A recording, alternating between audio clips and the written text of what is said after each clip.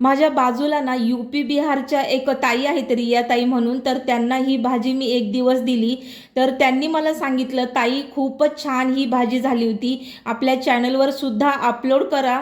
आणि जी अगोदरची सुकी भाजी आहे ती सुद्धा मी नेहमी बनवते, माझ्या घरच्यांना सुद्धा खूप आवडली आहे, तर ही सुद्धा रेसिपी एकदा अपलोड करा. तर त्यांच्यासाठी म्हणून मी ही रेसिपी अपलोड केलेली आहे, तुम्ही सुद्धा घरी एकदा नक्की ट्राय करा. नमस्कार, दीपालीज मेजवानी या मराठी यूट्यूब चॅनलवर तुमचे खूप खूप खूप मनापासून स्वागत. आज आपण बघणार आहोत अतिशय चविष्ट, दाटसर आणि घरगुती पद्धतीने कारल्याची भाजी.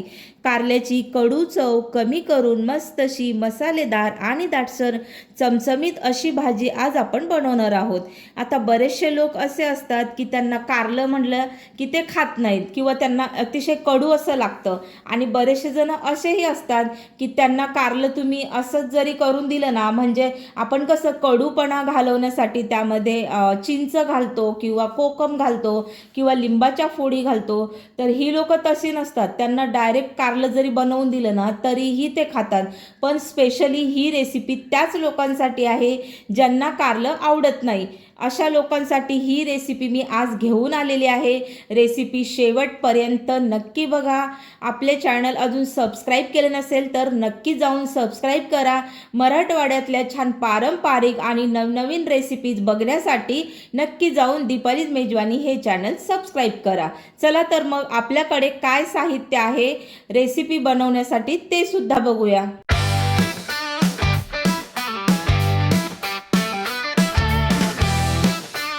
साहित्य आहे, पाव किलो कारली आहेत. अशा पद्धतीने छान कोवळी कारली मला मिळालेली आहेत. 2 कांदे, 2 चमचे पांढरे तीळ, दालचिनीचा तुकडा, लवंग, दगडफूल, धने, 1 चमचाभर धने घेतले आहेत, अर्धा इंच अद्रक आणि 7-8 पाकळ्या लसूण आहे, अर्धी वाटी सुक्या खोबऱ्याचे काप, अर्धी वाटी शेंगदाणे, मूठभर एवढी कोथिंबीर, हळद, लाल तिखट, लिंबाच्या फोडी, मीठ, तेल आणि पाणी लागेल आपल्याला. कारली आपल्याला चिरून घ्यायची आहेत. तर इथे बघू शकता छान असं कोवळं लुसलुसीत आपलं हे कारलं आहे. आणि याला ना अशा पद्धतीने काप देऊन घ्यायचं आहे.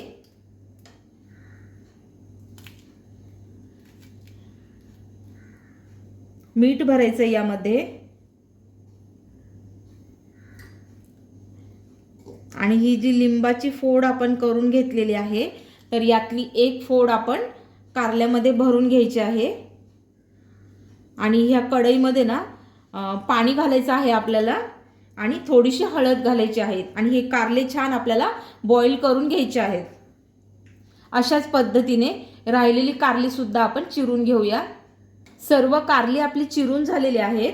यामध्ये पाणी सुद्धा मी घालून घेतलं आहे. आता आपल्याला ना यावरती हळद घालायची आहे. तर अर्धा चमचा एवढी मी हळद घेतलेली आहे. हळदीने सुद्धा कडूपणा कमी व्हायला मदत होते. आता आपण हे छान शिजवून घेणार आहोत. 2 कांदे होते ते आपण स्लाइस करून ना भाजायला घातले आहेत. त्याचबरोबर या बाजूला ना आपली कारली सुद्धा बॉईल होत आहेत. छान असे शिजवून घ्यायचे आहेत आपल्याला ते. कांदा तुम्ही बघू शकता छान असा आपला भाजून झालेला आहे. जवळजवळ मी हा कांदा ना 10 मिनिट छान मीडियम गॅस करून हा भाजून घेतलेला आहे. आता आपण ना सुक्या खोबऱ्याचे काप भाजून घेऊया. सुक्या खोबऱ्याचे काप घातले आहेत. आपल्याला ना हे तांबूस रंगावरती छान भाजून घ्यायचे आहेत. छान तांबूस रंगावरती आपलं हे सुकं खोबरं भाजून झालेलं आहे. काढून घ्यायचं आहे.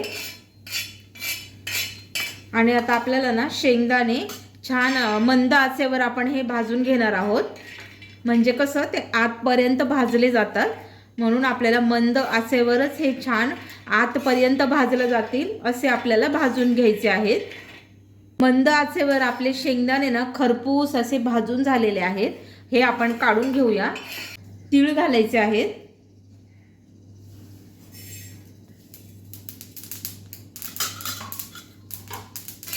तीळ सुद्धा आपले भाजून झाले आहेत. हे काढून घेऊया.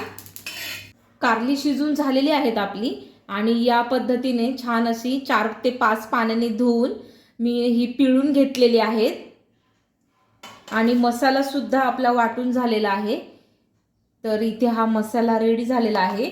त्याचबरोबर इथे ना मी 3 चमचे तेल घातलं आहे कढईमध्ये आणि आता तेल छान तापलं की आपण यामध्ये मसाला ओतून घ्यायचा आहे। हलकं असं गरम झालेलं आहे तेल, मसाला सोडून घेऊया। हळद घालायची आहे आपल्याला,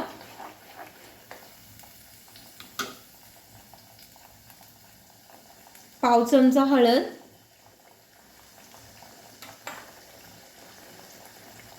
लाल तिखट,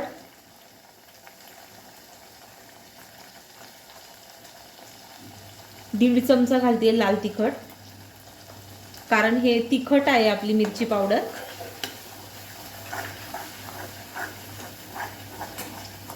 चवीनुसार मीठ,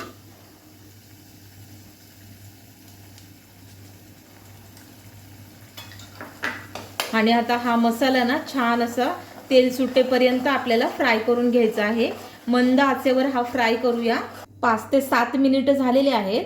आपण आता हा मसाला बघूया। बघा छान असं तेल सुटलेलं आहे याला। मसाल्याच्या भांड्यामध्ये ना आपण छान असं हे गरम पाणी करून घेतलेलं आहे, हे मी ओतून घेते। यामध्ये मिक्स करायचे, कारली सोडायची आहेत। मी 2 ते 3 फ्राय करण्यासाठी ठेवलेली आहेत। आणि ग्रेव्ही आपल्याला ना जास्त नाही बनवायची, थोडीशीच बनवायची आहे। आणि आता हे होऊ द्यायचे छान घट्टसर दाटसर अशीच भाजी आपल्याला बनवायची आहे। अगदीच पातळ सुद्धा नाही करायची ही। आणि गॅस मीडियम करायचा आता आणि हे होऊ द्यायचे छान। 7 ते 8 मिनिट झालेले आहेत। आपली दाटसर अशी भाजी बनवून तयार झालेली आहे। तुम्ही बघू शकता खूपच छान अशी आपली ही भाजी बनवून तयार झालेली आहे। अजिबात कडू न लागणारी, एकदा घरी नक्की ट्राय करून बघा। तयार झाली आहे आपली मसालेदार आणि अगदी घरगुती चवीची दाटसर अशी चमचमीत कारल्याची भाजी। छान दाटसर असं टेक्स्चर आलेलं आहे। त्याचबरोबर इथे तुम्ही बघू शकता छान असं तेल सुटलेलं आहे आपल्या भाजीला। मस्तपैकी हा मसाला ना फ्राय झालेला आहे, त्याच्यामुळे याला ना तेल सुटलेलं आहे छान असं, आणि किती चमचमीत दिसत आहे दिसतानीच ही भाजी। तर खायला खूपच छान भन्नाट चवीची झालेली आहे। तुम्ही सुद्धा घरी एकदा ट्राय करा। ही भाजी कारल्याची कडू चव अगदी कमी करून मस्तपैकी अशी भाजी आपली ही झालेली आहे। आणि त्याचबरोबर घरच्याच मसाल्यांनी ही भाजी आपण बनवलेली आहे। ही भाजी तुम्ही भाकरी बरोबर, चपाती बरोबर किंवा गरमागरम बाजरीच्या भाकरी बरोबर ही खाऊ शकता, किंवा मग तोंडी लावणीसाठी डाळ भाताबरोबर सुद्धा ही भाजी तुम्ही एन्जॉय करू शकता। आपल्या रेसिपीज आवडत असतील तर नक्की चॅनलला सबस्क्राईब करा, लाईक करा, शेअर करा, सबस्क्राईब करा। भेटूया आपण अशाच एका छानशा रेसिपीमध्ये। तोपर्यंत बाय बाय।